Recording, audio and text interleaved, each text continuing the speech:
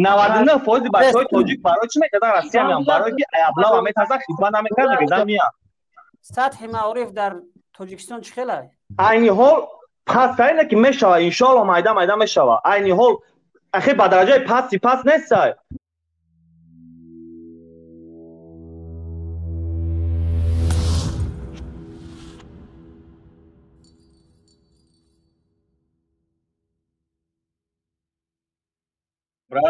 سلام علیکم. علیکم.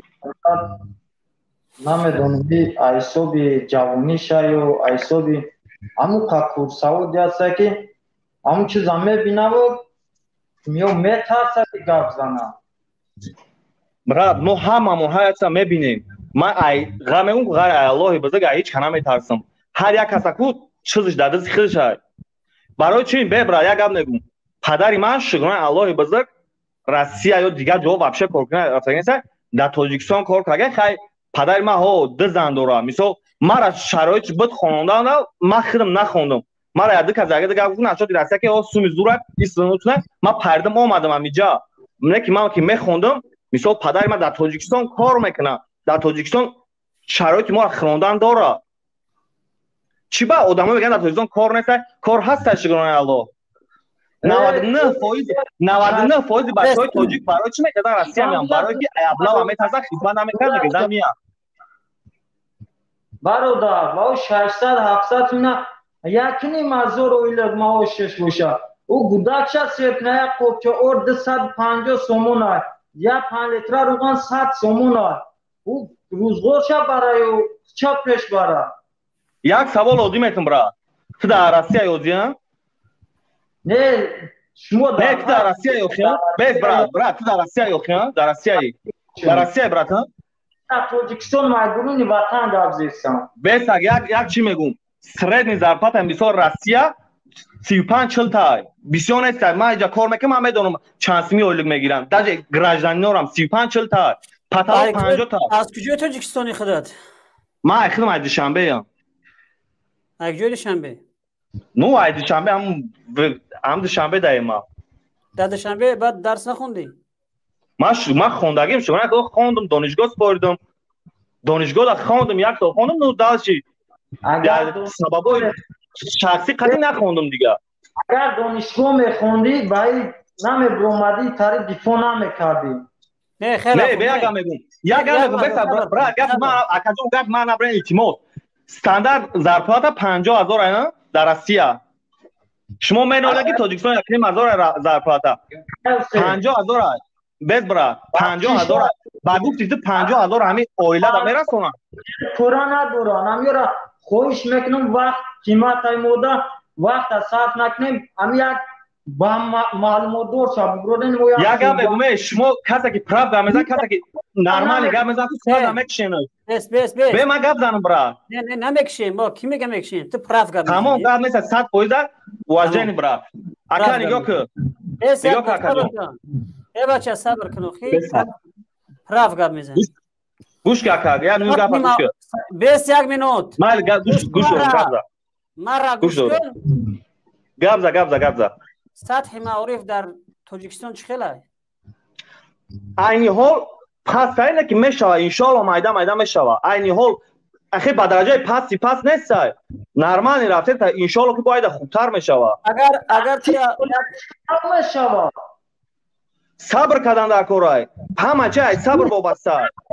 مثلا صبر ای بچه تاجیکستان نه با پیش هفو رفته سر روز اگر سشاک از بخدا قسم رنگی تی باشه که پا لقی میرد حاضی چند سال لقی بکنی یا برا باید 100 تا لقی میزنه. برای چی؟ امی صبر کردن در کارش تو به امی دولت خودش پیش رفته انشالله که باید خوبتر میشوه. تاجیکستان اول چی بود؟ هیچی بود. هیچی. بدتر شده سر. چی بدتر شده سر؟ چون تا یک کم اکا گویی که یک بینک جامعه در خشرو فر بگرد. ما جامعه در خشرو فر گشتگیم. من لوبایش از شما خدا گشتگیم تا هم تاجیکستان فر گشتگی نیستی لوبایش گشتگیم.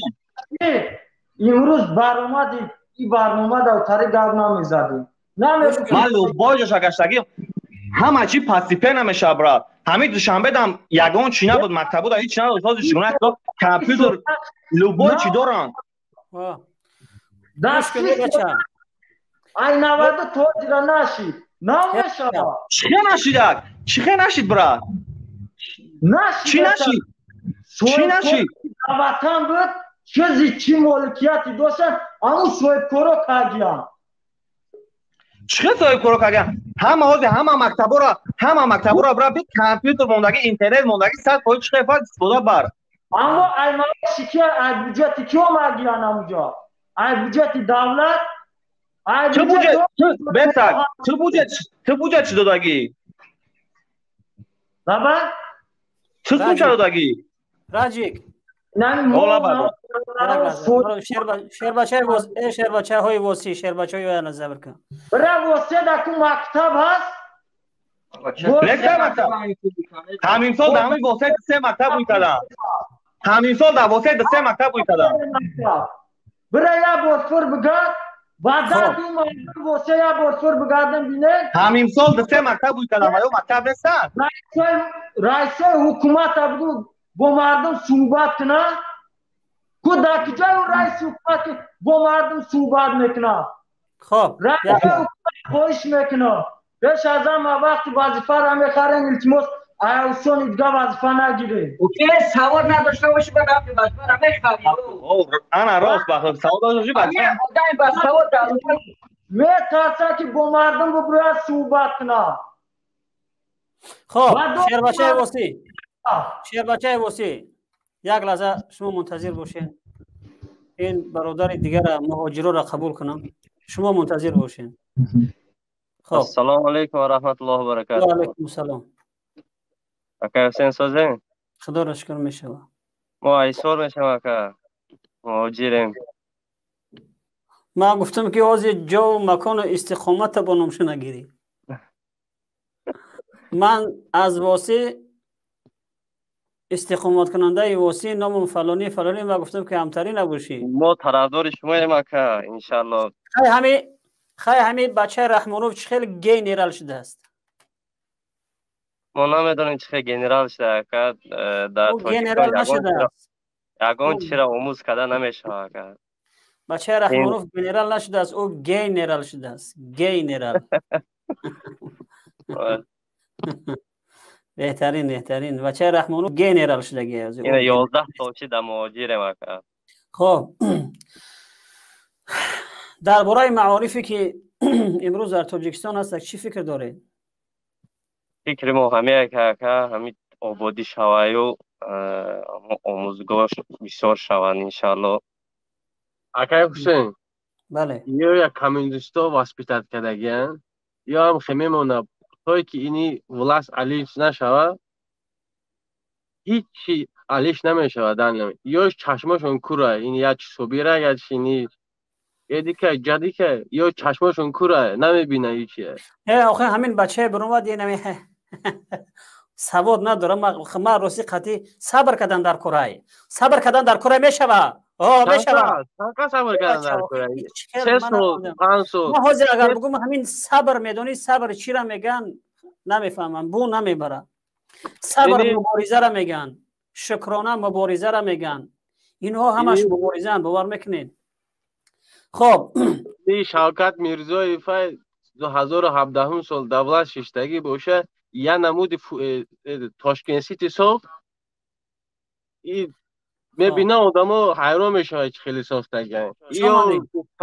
صبر کنه نه باید چوپلوسی دیگه دارم خوش آمدی سلام علیکم و علیکم السلام این دو چوپلوسا که یا با ما را چوپلوس میگن یا خشون چوپلوسان این نامردن اینا چشماتونه کور کدگی کلاغا چشماتونه یک وکروگ نگاه کنید یک لحظه بدون تاخیر لبای برادر عزیز یک موضوع که سر معارف است من یک نکته را میگم دیگه صحبت نمیکنم میبرم برای که موضوع تماشا داشتم راستی گپ بله شما درست میگین امروز معارف در یک سطح نه درجه عالی نه پستی پس قرار داره. لیکن بیا بر تاریخ همین معارف نگاه کنیم کی همین معارف به همین روز آورده رسون. آیا همین نهضتیان نبودن که بس که معلم حرام بگفتن. از برای خدا را شکر که همین نهضت هست. اگه همین نهضت خوب خیلی میکروفون تا هوی نه که من استودیو میبرم دیگه همون سگ و ریمیجه که همونجا شما اینقدر شرم حیا نمیکنین. خدا را شکر که همین نهضت هست که یک کمتر بگین در بالای همین هر چیزی که باشه در بالای همین مردم بیچاره بار میکنین. سال 2015 نهضت اکستریمیستی و تروریستی اعلان شد. ایرا پل محکم کردین. ای بچه بعد او تو این سال بگیم 15 خن 16 17 18 19 20 21 بر پدر شما لعنت خدا باشه. اینقدر مردمی به تمدن، اینقدر مردمی دروغگو، هر چیزی که میگن خی همین نهضت نبود. یه بچه ای سال 2015 نهضت وابشه نبوده. 8 سال شد. اینقدر لعن الذين كفروا من بني إسرائيل على لسان داود وعيسى بن مريم ذلك بما عصوا وكانوا يعتدون كانوا لا يتناهون عن المنكر فعلوه لبئس ما كانوا يفعلون. ای فردوس قسم به نام خدا لعنت میگه پروردگار به اون کسانی که اونها امر معروف نمیکنن، از بدی ها مردم منع نمیکنن و مردم به نیکی دعوت نمیکنن. لعن الذين كفروا من بني اسرائيل على لسان داوود و عیسی ابن مریم. اونا کارشون چی بود که لعنت فرستاده شد؟ شما لعنت خدا بر شما و انسانایی که امروز شما بدی ها را میبینین مانع اونها نمیشین، برعکس شلیفاف که میکنین، برعکس شما چاپلوسی میکنین، برعکس شما تملق کاری میکنین. میگردین میون همین نهضت نبود. ای بچه از سال 2015 به این طرف یگان گروه نبوده. حاضی نیستک، حاضی دنیوریم یگان مخالف در درون کشور نیستک. مردم با کلا مخالفتون شده ایستادن. میفهمین؟ روز تا روز موقع شما تنگ شده ایستاده است. گپ زن. میکروفون تا کشتم خاموش کن. خدک آخی به گپ زنم. نه آخه چی با نه آخه گوش کن برادر، به سخن مرا تا آخرش گوش کن. با گپ زن آخه خیلی نامردی نمیشه آخه مرد. وقتی میگی منبر آزاد به آزادانه صحبت کنیم. آخه همیشه من نمیدونم حرام میگفته نمیشه که آزاد که گفتم نمیشه برای کونی لیچ کنه یا تای تورس کنه. نام معلم آخه شما باین چی دوید استید کونی لیچ کرده با باین برنامه گذاشته سیم به سخن مون بگیم و دوام بتین آخه مالی گوشتون میکنیم. گوش که برادر نونی معلم حرام میگفتین، نونی آموزگار حرام میگفتین، آموزگار را بردن کشتین، همین نهضتی بردن آموزگار را قتل عام کردن. همین نهضتی با میکروفون تا محکم میکنم. اگر این دفعه میکروفون تا محکم میکنم، این دفعه میکروفون تا گرم کردی گمت میکنم دیگه. خطیت گپ زدن اصلا معنی نداره. نهضت او طرف خطی شما معنی نداره، گپ زدن آخه معنی نداره. بس مرد چیدا اومدی اگنی آخه ببینید ما گروه 24 امروز مردم شما از نهضتی نه از 24 ما از 24 ما آدمای خلقیم در خلق بودی بود خلقی. خب این برادر شما خلقی اینو که از 24 این از نهضت این از کیین؟ خلقی اینه که طرفدار هر دشون و حق میگن.